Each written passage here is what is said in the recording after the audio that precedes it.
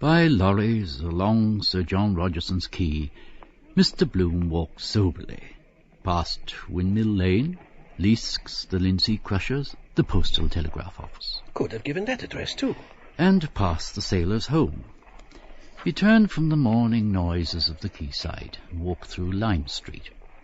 By Brady's cottages, a boy for the skins lolled, his bucket of offal linked, smoking a chewed fag butt. The smaller girl, with scars of eczema on her forehead, eyed him, listlessly holding her battered cask hoop.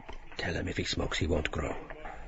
Oh, let him. His life isn't such a bed of roses, waiting outside pubs to bring Da home. Come home to Ma, Da. Slack hour. There won't be many there. He crossed Townsend Street, past the frowning face of Bethel.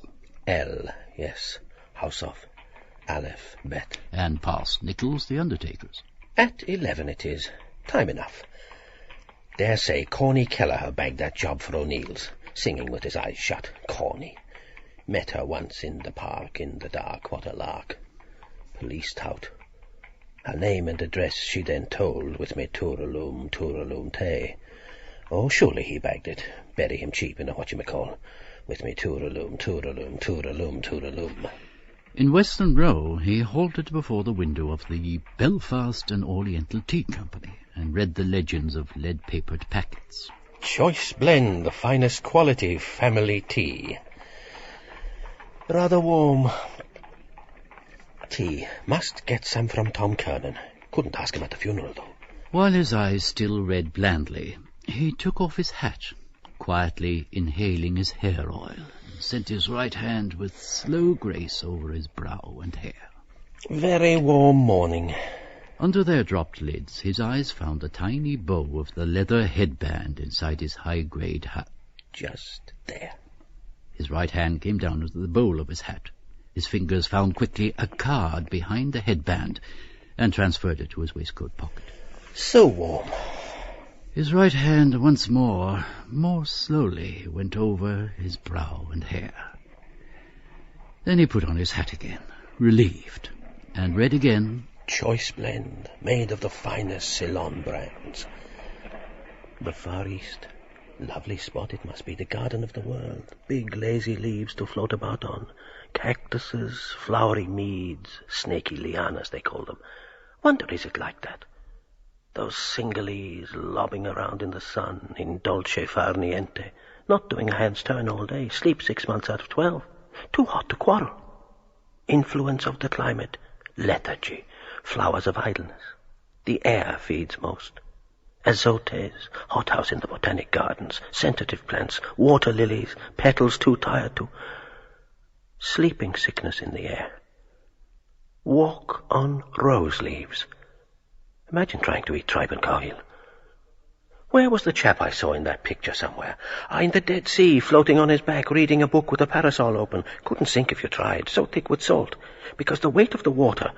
No, the weight of the body in the water is equal to the weight of the... Or is it the volume is equal to the weight? It's a law, something like that. Vance in high school cracking his finger joints teaching. The college curriculum, cracking curriculum. What is weight really when you say the weight? 32 feet per second, the law of falling bodies, per second. They all fall to the ground, the earth. It's the force of gravity of the earth is the weight. He turned away and sauntered across the road. How did she walk with her sausages? Like that something. As he walked, he took the folded Freeman from his side pocket, unfolded it, rolled it lengthwise in a baton, and tapped it at each sauntering step against his trouser leg. Careless air, just drop in to see.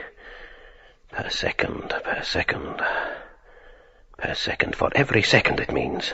From the curbstone he darted a keen glance through the door of the post office. Too late box. Post here. No one. In. He handed the card through the brass grill. Are there any letters for me? He asked. While the postmistress searched the pigeonhole, he gazed at the recruiting poster with soldiers of all arms on parade, and held the tip of his baton against his nostrils, smelling fresh-printed rag paper. No answer, probably. Went too far last time. The postmistress handed him back through the grill his card, with a letter, He thanked and glanced rapidly at the typed envelope. Henry Flower, Esquire, care of P.O., Westland Row, City. Answered anyhow. He slipped card and letter into his side pocket, reviewing again the soldiers on parade. Where's old Tweedy's regiment? Cast-off soldier. There, bearskin cap and heckel plume. No, he's a grenadier, pointed cuffs. There he is, Royal Dublin Fusiliers. Red coats, too showy. That must be why the women go after them. Uniform. Easier to enlist and drill. Maud Gone's letter about taking them off O'Connell Street at night. Disgrace to our Irish capital. Griffith's paper is on the same tack now. An army rotten with venereal disease. Overseas or half-seas over empire. Half-baked they look. Hypnotized like.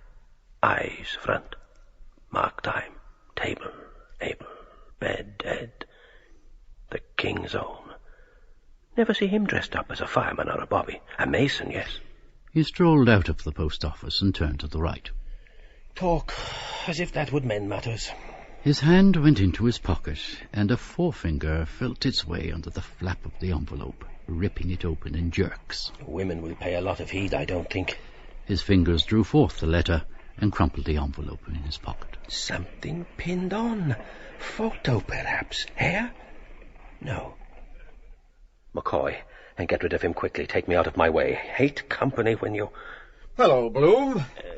Where are you off to? Hello, McCoy. Nowhere in particular. How's the body? Fine. How are you? Just keeping alive. McCoy said. His eyes on the black tie and clothes, he asked with low respect. Is there any... no trouble, I hope? I see you're... Oh, no. Mr. Bloom said. Poor Dignam, you know. The funeral is today. To be sure, poor fellow, so it is. What time? Photo it isn't. A badge, maybe. 11. Mr. Bloom answered. I must try to get out there. McCoy said. 11, is it? I only heard it last night. Who was telling me? A whole of him, you know, Hoppy. I know. Mr. Bloom gazed across the road at the outsider drawn up before the door of the Grosvenor. The porter hoisted the valise up on the well. She stood still, waiting, while the man... Husband? Brother, like her. Searched his pockets for change. Stylish kind of coat with that rolled collar. Warm for a day like this. Looks like a blanket cloth. Careless stand of her with her hands in those patch pockets. Like that haughty creature at the polo match. Women all for caste till you touch the spot. Handsome is and handsome does. Reserved, about to yield. The honourable Mrs. And Brutus is an honourable man. Possess her once, take the starch out of her. I was with Bob Dorn. He's on one of his periodical bins. And what do you call them? Bantam Lions. Just down there in Conway's we were. Doran, Lions in Conway's. She raised a gloved hand to her hair. In came Hoppy, having a wet.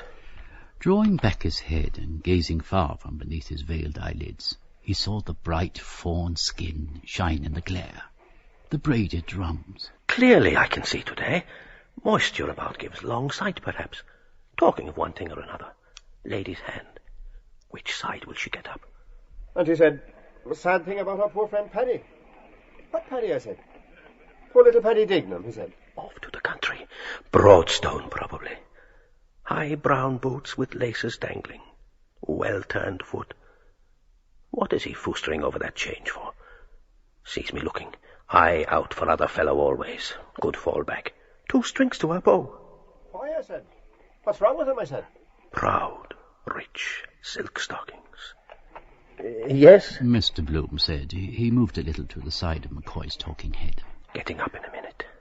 What's wrong with him, he said. He's dead, he said. In faith, he filled up. Is it Paddy Dignam, I said. I couldn't believe it when I heard it. I was with him no later than Friday last, or Thursday, was it, in the Arch? Yes, he said, he's gone. He died on Monday, poor fellow. Watch, watch. Silk flash, rich stockings, white, watch. A heavy tram-car, honking his gong, slewed between. Lost it! Curse your noisy pug nose. Feels locked out of it. Paradise and the Perry. Always happening like that, the very moment. Girl in Eustace Street hallway. Monday was it, settling her garter. Her friend covering the display of esprit de corps. Well, what are you gaping at? Yes, yes. Mr. Bloom said after a dull sigh. Another gone. One of the best. McCoy said. The tram passed. They drove off towards the Loop Line bridge, her rich gloved hand on the steel grip. Flicker, flicker. The lace flare of her hat in the sun. Flicker, flick. Wife well, I suppose? McCoy's changed voice said. Oh, yes, tip-top, thanks. He unrolled the newspaper baton idly and read idly. What is home without Plumtree's potted meat? Incomplete, with it an abode of bliss. My missus has just got an engagement, but it is not settled yet. Valise tack again, by way of no harm. I'm off that, thanks. Mr. Bloom turned his large-lidded eyes with unhasty friendliness. My wife, too. She's going to sing at a swagger affair in the Ulster Hall, Belfast, on the 25th. That's so. McCoy said. Oh, glad to hear that, old man. Who's getting it up? Mrs. Marion Bloom, not up yet. Queen was in her bedroom eating bread and... no book. Blackened court cards laid along her tie by sevens. Dark lady and fair man. Cat, furry black ball. Torn strip of envelope. Love's old sweet song. Comes love's old... It's a kind of tour, don't you see? Mr. Bloom said thoughtfully. Sweet song. There's a committee formed, part shares and part profits. McCoy nodded, picking at his moustache stubble. Oh, well, that's good news. He moved to go. Well, glad to see you looking fit. Meet you knocking around. Yes. Tell you what, you might put down my name at the funeral, will you? I'd like to go, but I mightn't be able, you see. There's a drowning case at Sandy Cove may turn up, and then the coroner and myself would have to go down if the body's found. You just shove in my name if I'm not there, will you? I'll do that, Mr. Bloom said, moving to get off. That'll be all right. Right. McCoy said brightly. Thanks, old man. I'd go if I possibly could. Well, Tallon, just C.P. McCoy will do. That will be done. Mr. Bloom answered firmly. Didn't catch me napping that wheeze. The quick touch, soft mark, I'd like my job. Valise I have a particular fancy for. Leather, capped corners, riveted edges, double-action lever lock. Bob Cowley lent him his for the Wicklow Regatta concert last year and never heard tidings of it from that good day to this. Mr. Bloom, strolling towards Brunswick Street, smiled.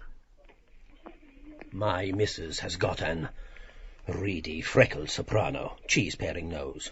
Nice enough in its way for a little ballad. No guts in it. You and me, don't you know? In the same boat, soft-soaping. Give you the needle, that would. Can't he hear the difference? Think he's that way inclined a bit. Against my grain somehow. Thought that Belfast would fetch him. I hope that smallpox up there doesn't get worse. Suppose she wouldn't let herself be vaccinated again. Your wife and my wife. Wonder is he pimping after me?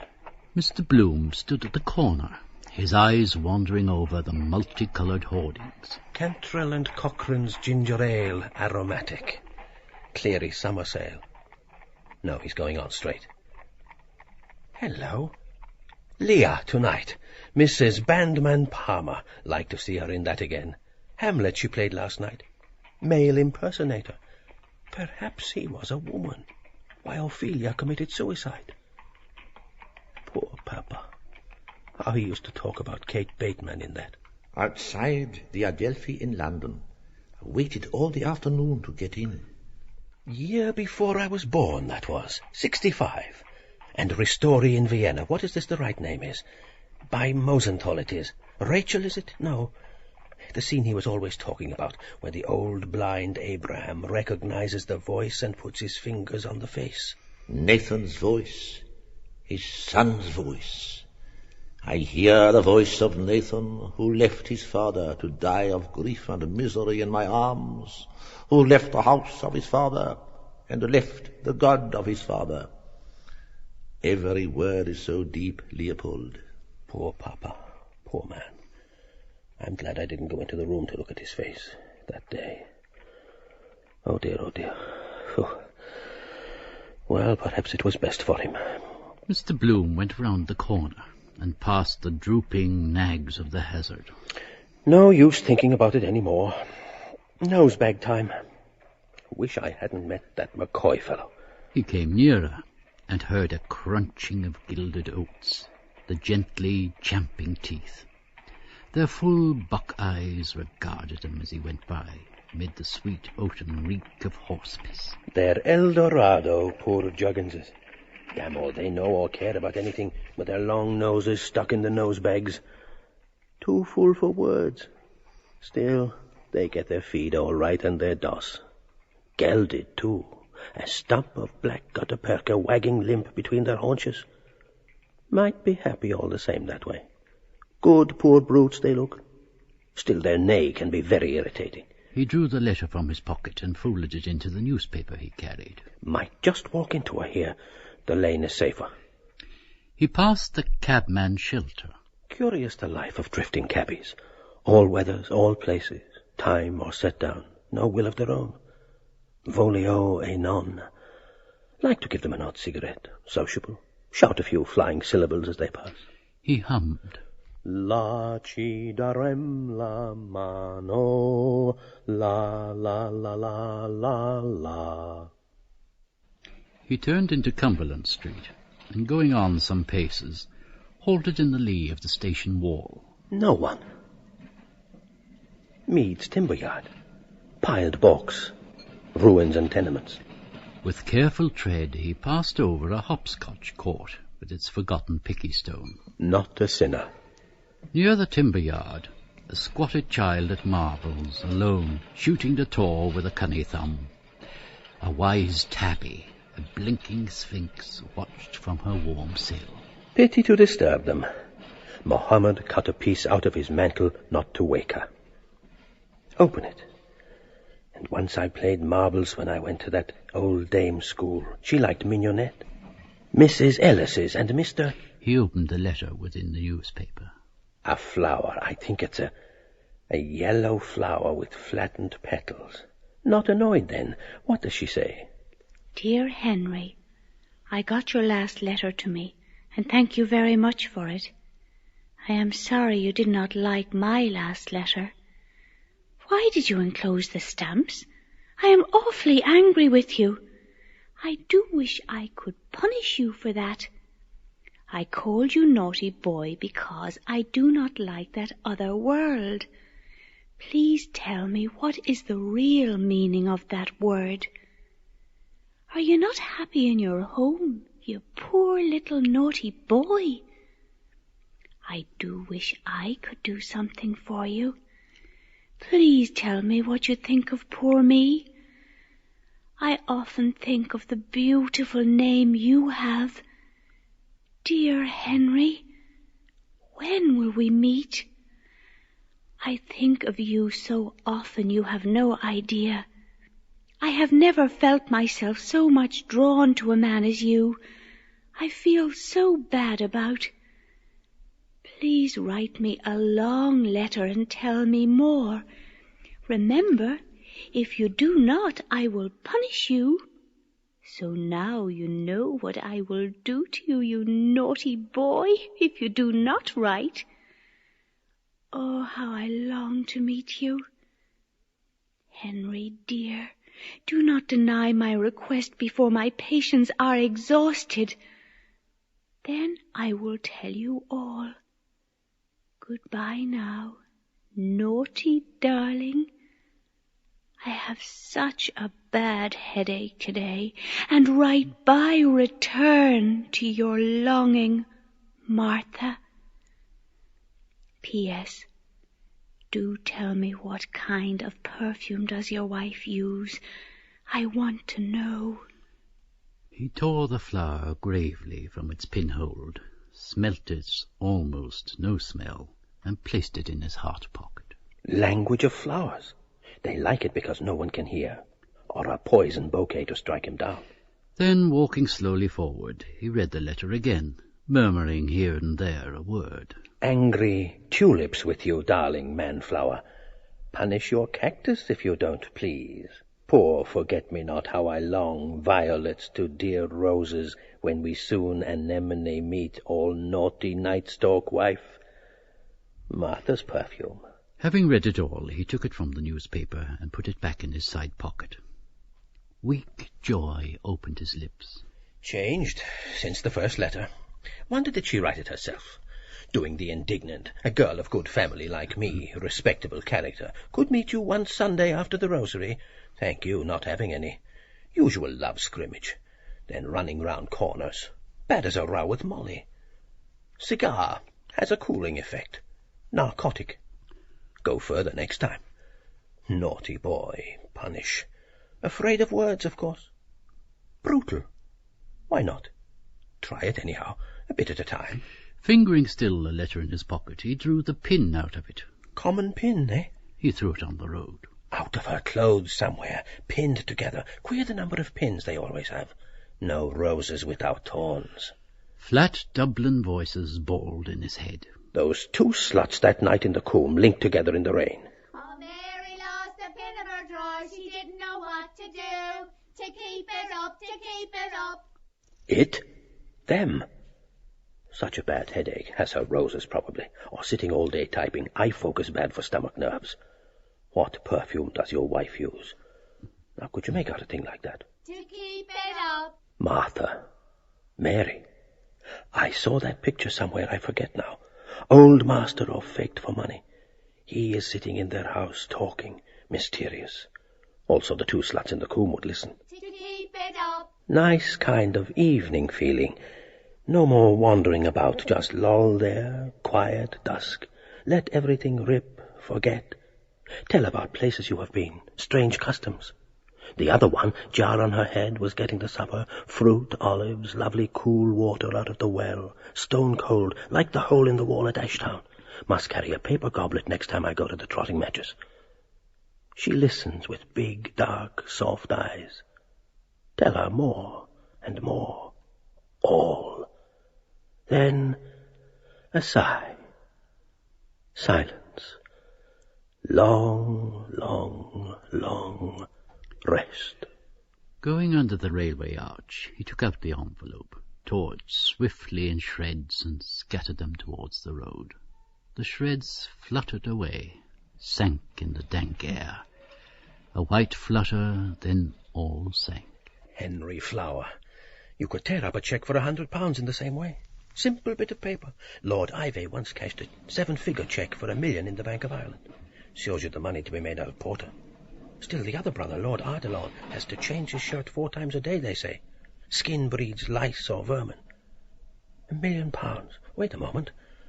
2p a pint, 4p a quart, 8p a gallon of porter. No, 1 and 4p a gallon of porter. 1 and 4 into 20. 15 about, yes, exactly. 15 millions of barrels of porter. What am I saying, barrels? Gallons. About 1 million barrels all the same. An incoming train clanked heavily above his head, coach after coach. Barrels bumped in his head, dull porter slopped and churned inside. The bungholes sprang open, and a huge dull flood leaked out, flowing together, winding through mudflats all over the level land. A lazy, pooling swirl of liquor bearing along wide-leaved flowers of its froth. He had reached the open back door of All Hallows. Stepping into the porch, he doffed his hat, took the card from his pocket and tucked it again behind the leather headband. Damn it, I might have tried to work McCoy for a pass to Mullingar. Same notice on the door. Sermon by the Very Reverend John Conmee, S.J., on St. Peter Claver and the African Mission. Save China's millions. Wonder how they explain it to the heathen Chinese. Prefer an ounce of opium. Celestials, rank heresy for them. Prayers for the conversion of Gladstone they had too when he was almost unconscious. The Protestants the same. Convert Dr. William J. Walsh, D.D., to the true religion. Buddha, their god, lying on his side in the museum, taking it easy, with hand under his cheek, joss sticks burning. Not like Ecce Homo, crown of thorns and cross. Clever idea, St. Patrick the Shamrock. Chopsticks? Conmee, Martin Cunningham knows him. Distinguished looking. Sorry I didn't work him about getting Molly into the choir instead of that Father Farley, who looked a fool but wasn't. They're taught that. He's not going out in bluey specs with the sweat rolling off him to baptize blacks, is he? The glasses would take their fancy, flashing. Like to see them sitting round in a ring with blub lips, entranced, listening. Still life. Lap it up like milk, I suppose. The cold smell of sacred stone called him. He trod the worn steps, pushed the swing door, and entered softly by the rear. Something going on. Some sodality. Pity so empty. Nice discreet place to be, next some girl, who is my neighbour, jammed by the hour to slow music. That woman at midnight mass. Seventh heaven.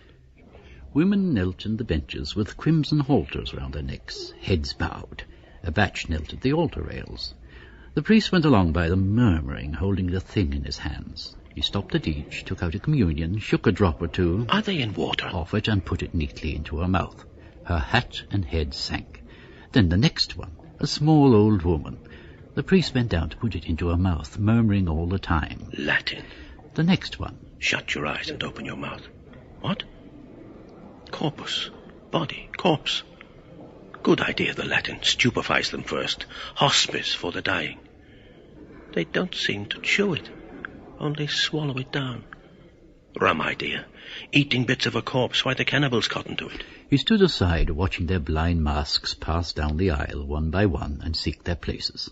He approached the bench and seated himself in its corner, nursing his hat and newspaper. These pots we have to wear. We ought to have hats modelled on our heads. They were about him, here and there, with heads still bowed in their crimson halters. Waiting for it to melt in their stomachs. Something like those matzo. It's that sort of bread, unleavened showbread. Look at them. Now I bet it makes them feel happy. Lollipop. It does. Yes, bread of angels it's called. There's a big idea behind it. Kind of kingdom of God is within you feel.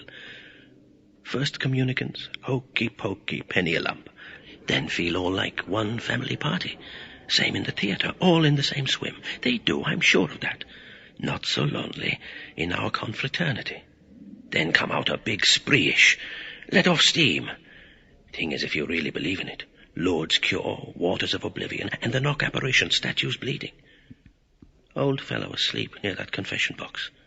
Hence those snores. Blind faith. Safe in the arms of kingdom come. Lulls all pain. Wake this time next year. He saw the priest stow the communion cup away, well in, and kneel an instant before it, showing a large grey boot sole from under the lace-affaire he had on. Suppose he lost the pin of his. He wouldn't know what to do. Bald spot behind. Letters on his back, I-N-O-R-I. No, I-H-S. Molly told me one time I asked her, I have sinned. Or no, I have suffered it is. And the other one, iron nails ran in.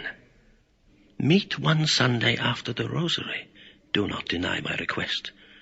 Turn up with a veil and black bag, dusk and the light behind her. She might be here with a ribbon round her neck and do the other thing all the same on the sly. Their character. That fellow that turned Queen's evidence on the Invincibles, he used to receive Carey was his name, the communion every morning. This very church, Peter Carey. No, Peter Claver I'm thinking of. Dennis Carey. And just imagine that. Wife and 6 children at home and plotting that murder all the time. Those craw-thumpers. Now that's a good name for them. There's always something shifty looking about them. They're not straight men of business either. Oh, no, she's not here. The flower? No. By the way, did I tear up that envelope? Yes, under the bridge. The priest was rinsing out the chalice. Then he tossed off the dregs smartly. Wine. Makes it more aristocratic than, for example, if he drank what they're used to, Guinness's porter or some temperance beverage, Wheatley's Dublin hop bitters or Cantrell and Cochrane's ginger ale aromatic. Doesn't give them any of it. Show wine. Only the other, cold comfort. Pious fraud, but quite right.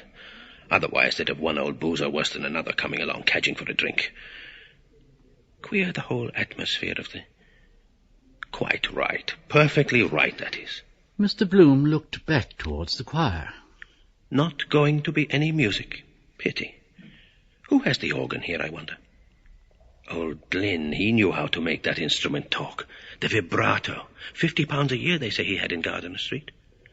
Molly was in fine voice that day. The starboard martyr of Rossini. Father Bernard Vaughan's sermon first. Christ or Pilate. Christ, but don't keep us here all night over it. Music they wanted. foot drill stopped. Could hear a pin drop. I told her to pitch her voice against that corner. I could feel the thrill in the air, the full, the people looking up. Quis est homo? Some of that old sacred music is splendid. Mercadante, 7 last words. Mozart's 12th Mass, the Gloria in that. Those old popes were keen on music, on art and statues and pictures of all kinds. Palestrina, for example, too. They had a gay old time while it lasted. Healthy, too, chanting. Regular hours, then brew liqueurs. Benedictine, green chartreuse. Still, having eunuchs in their choir, that was coming it a bit thick. What kind of voice is it? Must be curious to hear after their own strong basses. Connoisseurs. Suppose they wouldn't feel anything after. Kind of a placid, no worry. Fall into flesh, don't they? Gluttons. Tall, long legs. Who knows? Eunuch. One way out of it. He saw the priest bend down and kiss the altar, and then face about and bless all the people. All crossed themselves and stood up. Mr. Bloom glanced about him and then stood up, looking over the risen hats. Stand up at the gospel, of course. Then all settled down on their knees again, and he sat back quietly in his bench. The priest came down from the altar, holding the thing out from him, and he and the mass boy answered each other in Latin. Then the priest knelt down and began to read off a card. O God, our refuge and our strength. Mr. Bloom put his face forward to catch the words. English. Throw them the bone. I remember slightly. How long since your last Mass? Gloria and Immaculate Virgin. Joseph her spouse. Peter and Paul. More interesting if you understood what it was all about. Wonderful organization, certainly. Goes like clockwork. Confession. Everyone wants to. Then I will tell you all. Penance. Punish me, please. Great weapon in their hands. More than doctor or solicitor. Woman dying to. And I... And did you... And why did you? Look down at her ring to find an excuse. Whispering gallery. Walls have ears. Husband learned to his surprise. God's little joke. Then out she comes, repentant, skin deep. Lovely shame.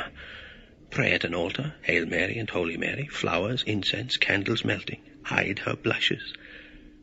Salvation Army, blatant imitation. Reformed prostitute will address the meeting, how I found the Lord. Square-headed chaps those must be in Rome. They work the whole show. And don't they rake in the money too? Bequests also, to the PP for the time being in his absolute discretion. Masses for the repose of my soul to be said publicly with open doors. Monasteries and convents. The priest in the Fermanagh will case in the witness box. No browbeating him. He had his answer pat for everything. Liberty and exaltation of our Holy Mother, the Church. The doctors of the Church, they mapped out the whole theology of it. The priest prayed. Blessed Michael, Archangel, defend us in the hour of conflict. Be our safeguard against the wickedness and snares of the devil. May God restrain him, we humbly pray. And do thou, O Prince of the heavenly host, by the power of God, thrust Satan down to hell, and with him those other wicked spirits who wander through the world for the ruin of souls. The priest and the mass boy stood up and walked off. All over. The women remained behind. Thanksgiving. Better be shoving along. Brother Buzz come around with the plate, perhaps. Pay your Easter duty. He stood up. Hello. Were those 2 buttons of my waistcoat open all the time? Women enjoy it. Annoyed if you don't. Why didn't you tell me before? Never tell you. But we... Excuse, miss, there's just a fluff on the skirt behind, placket unhooked. Glimpses of the moon. Still, like you better untidy. Good job it wasn't further south. He passed, discreetly buttoning, down the aisle and out through the main door into the light. He stood a moment unseeing by the coal-black marble bowl, while before him and behind 2 worshippers dipped furtive hands in the low tide of holy water. Trams. A car of Prescott's Dye Works. A widow in her weeds. Notice because I'm in mourning myself. He covered himself. How goes the time? 1:15. Time enough yet. Better get that lotion made up. Where is this? Ah, yes, the last time. Sweeney's in Lincoln Place. Chemists rarely move. They're green and gold beacon jars, too heavy to stir. Hamilton Longs, founded in the year of the flood. Huguenot churchyard near there. Visit someday. He walked southward along Western Row. But the recipe is in the other trousers. Oh, and I forgot that latchkey, too. Bore this funeral affair.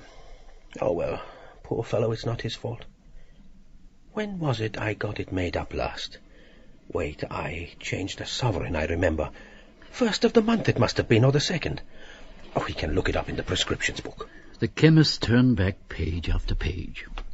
Sandy, shriveled smell he seems to have. Shrunken skull. And old. Quest for the philosopher's stone, the alchemists. Drugs age you after mental excitement. Lethargy, then. Why?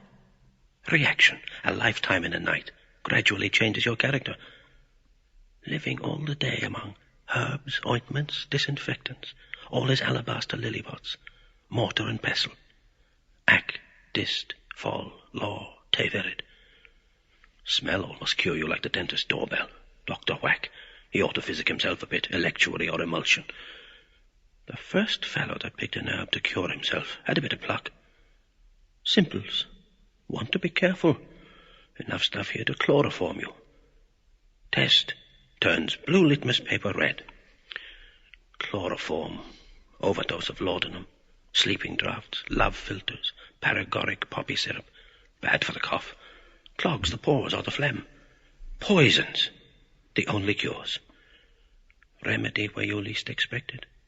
Clever of nature. About a fortnight ago, sir? Yes. Mr. Bloom said. He waited by the counter, inhaling the keen reek of drugs, the dusty, dry smell of sponges and loofahs. Lot of time taken up telling your aches and pains. Sweet almond oil and tincture of benzoin. Mr. Bloom said. And then orange flower water. Certainly did make her skin so delicate white like wax. And white wax also, he said. Brings out the darkness of her eyes. Looking at me, the sheet up to her eyes. Spanish. Smelling herself when I was fixing the links in my cuffs. Those homely recipes are often the best. Strawberries for the teeth, nettles and rainwater, oatmeal, they say, steeped in buttermilk, skin food. One of the old Queen's sons, Duke of Albany was it? He had only one skin. Leopold, yes. 3 we have. Warts, bunions and pimples to make it worse. But you want a perfume too. What perfume does your Peau d'Espagne? That orange flower, pure curd soap. Water is so fresh. Nice smell these soaps have.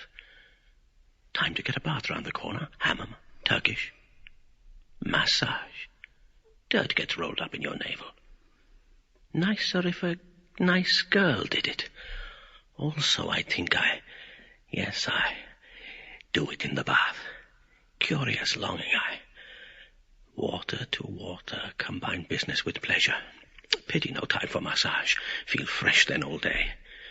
Funeral, be rather glum. Yes, sir. The chemist said. That was 2 and 9. Have you brought a bottle? No. Make it up, please. I'll call later in the day, and I'll take one of those soaps. How much are they? 4pence, sir. Mr. Bloom raised the cake to his nostrils. Sweet lemony wax. I'll take this one.